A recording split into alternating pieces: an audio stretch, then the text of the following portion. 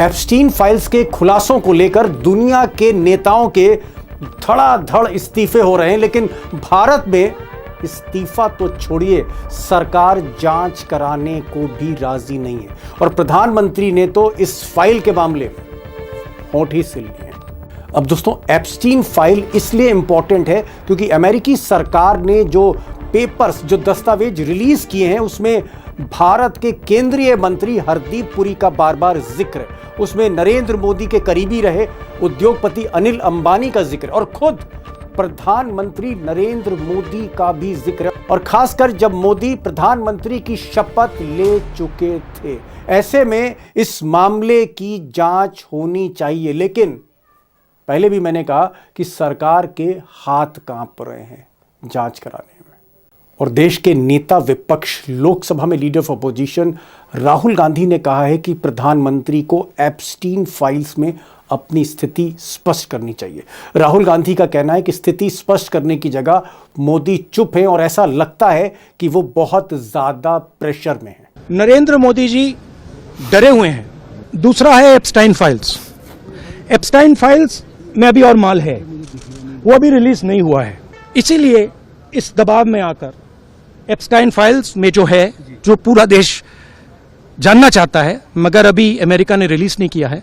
अब दोस्तों, दुनिया भर में एप्स्टीन फाइल को लेकर इसलिए इस्तीफे हो रहे हैं, इसलिए कोहराम मच रहा है क्योंकि जेफरी एप्स्टीन, जिनको लेकर ये सारा स्कैंडल सामने आया है, वो एक बेहद घिनौना किस्म का अपराधी था जो छोटी लड़कियों से लेकर महिलाओं के साथ यौन शोषण करता था, ब्लैकमेल करता था, तस्वीरें लेता था और उनके साथ अय्याशियां करवाता था। और कई मामलों में सिर्फ ब्लैकमेल ही नहीं, हत्याएं भी हुई हैं। और इसलिए एप्स्टीन जो है वो एक अपराधी नहीं, सजा याफ्ता था, कन्विक्टेड था, और इसलिए ये कोहराम मचा है। मिसाल के तौर पर स्लोवाकिया, चेकोस्लोवाकिया का से जो बटकर देश बना स्लोवाकिया, वहां पर पूरे देश में इतना हंगामा हुआ कि उनके नेशनल सिक्योरिटी एडवाइजर को, राष्ट्रीय सुरक्षा सलाहकार को इस्तीफा देना पड़ गया क्योंकि एप्स्टीन फाइल्स में उनका नाम आ गया।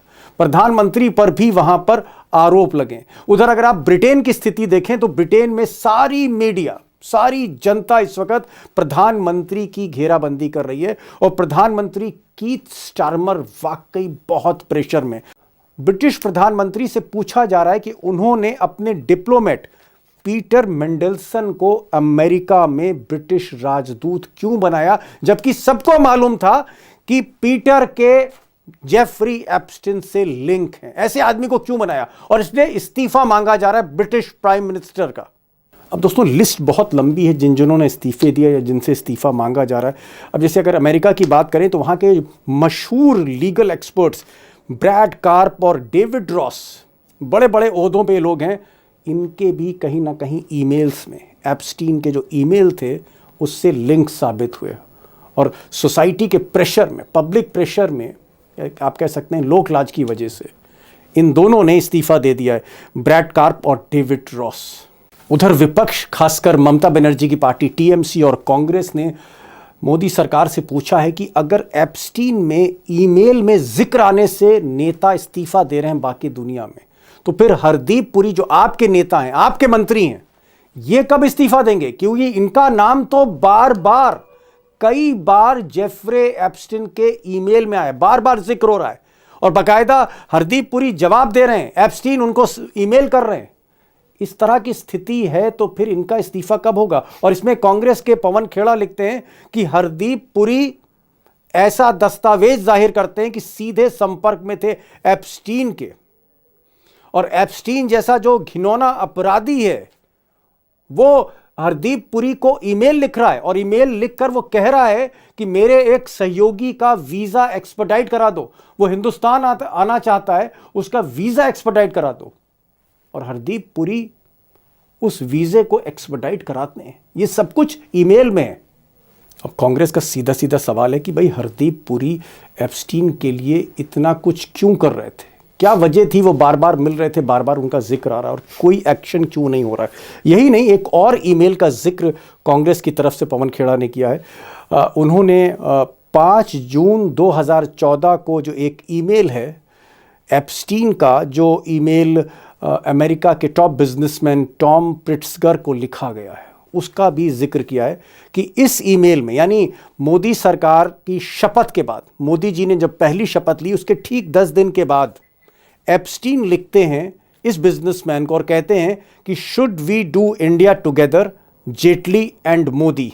और यहाँ पर अरुण जेटली जो उस वक्त मोदी जी के वित्त मंत्री थे, बहुत करीबी थे, और नरेंद्र मोदी का जिक्र होता है। अब यहाँ पर कांग्रेस का सवाल है कि क्या मोदी और उनकी सरकार का जो नेटवर्क था, ये नेटवर्क एप्स्टीन के करीब था, और अगर करीब नहीं था तो फिर इस तरह के ईमेल पर जिक्र क्यों है बार बार, और इस पर सफाई कौन देगा? क्या इस पर जांच नहीं होनी चाहिए कि मोदी का या जेटली का या उससे पहले हरदीप पुरी का या फिर बाकी लोगों का जिक्र बार बार क्यों हो रहा है? इसकी जांच होनी चाहिए। दूध का दूध, पानी का पानी होना चाहिए। अब दोस्तों, सबसे ज्यादा गंभीर मामला तो अनिल अंबानी का है, मुकेश भाई के सगे छोटे भाई का है।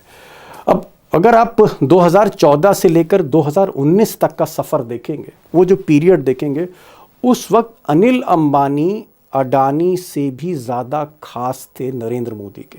ये वो दौर था जब Narendra Modi Rafale fighter jets का जो कॉन्ट्रैक्ट था वो अनिल अंबानी को सौंप रहे थे, जिस पर तमाम सवाल उठ रहे थे।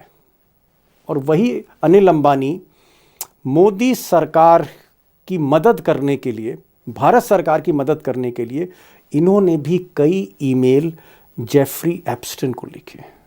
और ये ईमेल तब लिखे गए जब जेफरी एप्स्टीन यौन शोषण, हत्या और इस तरह के घिनौने काम में वो सजा पा चुके थे। वो सिर्फ नामजद अपराधी नहीं थे, सजा पा चुके थे। उसके बाद ये मदद मांगी जा रही है। और ऐसे में ये सवाल उठता है कि किस भूमिका में एक प्राइवेट पर्सन, अनिल अंबानी एक प्राइवेट पर्सन है, वो खरबपति हो सकते हैं या दिवालिया हो सकते हैं, लेकिन वो प्राइवेट पर्सन, वो सरकार के ना सेक्रेटरी हैं ना वो कैबिनेट मिनिस्टर हैं, वो किस हैसियत से भारत सरकार के मामले की पैरवी कर रहे थे एक दलाल से, जो दलाली नहीं, यौन शोषण का सजा याफ्ता अपराधी है। अब दोस्तों, सवाल इस बात का है कि चाहे हरदीप पुरी हो या फिर अनिल अंबानी हो या बाकी लोग हों हिंदुस्तान से कनेक्टेड, या फिर मोदी जी का जिक्र हो रहा है, मैं ये नहीं कह रहा हूँ कि ईमेल पर जिक्र होना, ईमेल पर करस्पॉन्डेंस करना, इसी से अपराध साबित हो जाता है। ऐसा नहीं है कि कोई तस्वीर सामने आ गई या कोई ईमेल सामने आ गया या कोई थर्ड पर्सन जिक्र कर रहा है कि हमने एक्स आदमी के लिए ये किया, इसका ये मतलब नहीं है कि वो अपराध में सीधे सीधे शामिल है या उसका अपराध से कोई लिंक है। लेकिन हाँ, अपराधी से जो लिंक है वो किस संदर्भ में। मैं ये नहीं कह रहा हूं कि हरदीप पुरी जो है उनको अभी हम दोषी मानने, बिल्कुल नहीं, ना ही मेरी मंशा है और ना ही हमारा कानून या संविधान ऐसा कहता है। लेकिन एक बात है, इसमें जांच होनी चाहिए। दूध का दूध, पानी का पानी होना चाहिए। अगर जेफरी एप्स्टीन जानबूझकर भारत में कुछ नेताओं को बदनाम कर रहे थे और ईमेल लिख रहे थे, सर्कुलेट कर रहे थे, और ये डॉक्यूमेंट्स अगर मिनिस्ट्री ऑफ जस्टिस अमेरिका की सरकार ने रिलीज किए कोर्ट के आदेश पर, तो गंभीर मामला है। और अगर दुनिया के बाकी नेता इस्तीफा दे रहे हैं, उसका संज्ञान ले रहे हैं, वहां की मीडिया प्रेशर डाल रही है, तो क्या भारत में जांच होनी चाहिए। और सवाल यह है कि क्या नरेंद्र मोदी अगर जांच करते भी हैं, मुझे नहीं पता वो जांच करेंगे नहीं करेंगे, लेकिन क्या ये जांच सीबीआई ईमानदारी से करेगी या फिर इस जांच को कोई सुप्रीम कोर्ट का जज मॉनिटर करे। अब इसी सिलसिले में मेरी आज बात संजय झा साहब से हुई। संजय झा साहब, आप कह सकते हैं कि ना सिर्फ पॉलिटिकल थिंकर हैं, ना सिर्फ वो एक ऑथर हैं, बल्कि विदेशी मामलों को समझते हैं और इस मामले पे लगातार वो कुछ ना कुछ लिख रहे हैं। संजय झा से मैंने खासकर अनिल अंबानी को लेकर, हरदीप पुरी को लेकर काफ़ी बात की है, और झा साहब ने इस मामले में देश के सामने बहुत से तथ्य, फैक्ट्स आपके सामने रखे हैं। संजय जी, जो बड़ा सवाल है वो ये है कि मैंने देखा कि सबसे ज़्यादा आपने जो चौंकाने वाले कुछ आर्टिकल्स या कुछ आपने ट्वीट किए हैं वो अनिल अंबानी पर किए हैं। तो अनिल अंबानी के सारे इस पूरे मामले में किरदार को लेकर, उनके रोल को लेकर आप काफी स्तब्ध हैं। तो आप क्यों इतना सरप्राइज हैं अनिल अंबानी के इस इन्वॉल्वमेंट को लेकर? देखिए, एक बात पर गौर कीजिएगा, देयर इज अ पैटर्न हर जगह। इलॉन मस्क सबसे बड़े उद्योगपति अमेरिका के, उनका बहुत बड़ा, आप डोनाल्ड ट्रंप के साथ उनका रिश्ता तो सब जानते ही हैं। उनको जिताने में बहुत बड़ा उनका योगदान रहा है। भारत में भी तो क्रोनी कैपिटलिज्म दिन दहाड़े, उसके बारे में हम चर्चा करते ही रहते हैं। अंबानी, अदानी, अब मुकेश अंबानी नहीं है तो अनिल अंबानी उनके भाई हैं। ये सब लोग ये क्रोनी कैपिटलिस्ट के जो किसके जिसके बारे में हम बिल चर्चा गेट्स करते भी हैं, हैं उसमें। उसी ड्रैगनेट में है ये सब लोग। यहाँ पर अनिल अंबानी का इतना आगे आके बात करना कि किसके साथ मोदी जी का मुलाकात होगा, उनको वॉशिंगटन में उनकी मीटिंग होनी चाहिए। फिर एक बहुत मुझे जो बड़ा विचित्र लगा कि ये इजराइल को लेके जो एक अजीब सा एक इसमें एक अफसाना या दास्तान है। क्योंकि देखिए, Jeffrey Epstein is a Jewish man, और वो कहते हैं कि इजराइल में जाके जब भारत के प्रधानमंत्री आएंगे तो वहां पर वो ईमेल जो कहता है, जो उन्होंने किसी एक शख्सियत को लिखा है कि मोदी जी वहां गए, ही सैंग एंड डांस्ड, और हमने जो सोचा था इट वर्कड। और इसके पीछे जितने दस्तावेज हैं यही बता रहे हैं कि अनिल अंबानी की तरफ से कोशिश की गई थी कि अमेरिका में मुलाकात होने के बाद इजराइल भी वहां पर भी एक हाई ऑफिस डेलीगेशन में प्रधानमंत्री का नेतन्याहू के साथ मुलाकात होगा, एटसेट्रा एटसेट्रा।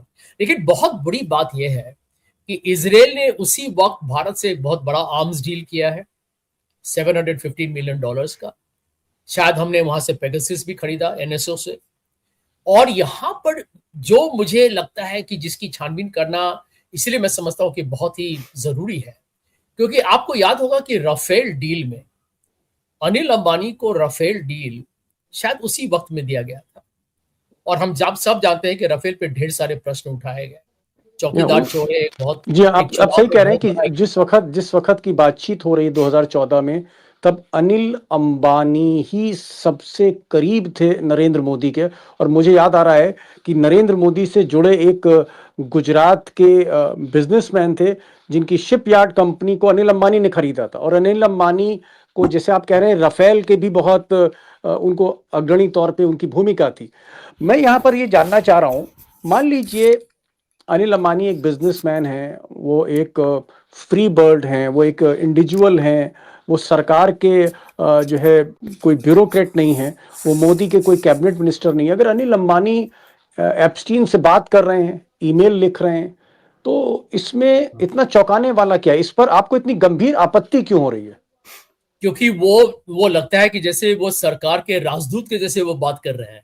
यदि कोई व्यक्ति भारत में हो और वहां जेफरी एप्स्टीन से बात कर रहा है कि प्रधानमंत्री को उन्होंने दिल्ली लीडरशिप का नाम ढेर उसका जिक्र किया गया है, तो देखिए, तो और ये वॉशिंगटन के बारे में बात कर रहे हैं।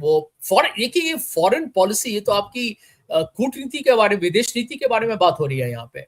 मैं समझता हूं कि इस बात पर गौर किया जाए कि इलॉन मस्क को आप देखिए, इलॉन मस्क फॉरेन पॉलिसी पे ट्रम्प के फायदे के लिए वो ईयू में कितने हंगामा उन्होंने किया।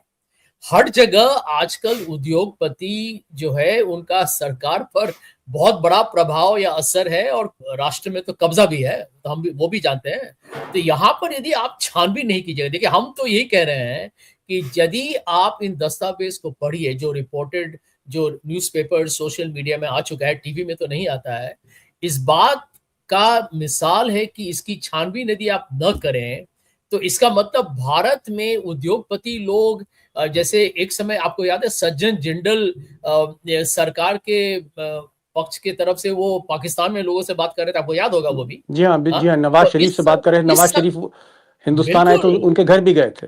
बिल्कुल, इसीलिए मैं कहूंगा कि इस सरकार में उद्योगपति लोग हावी हैं, उनको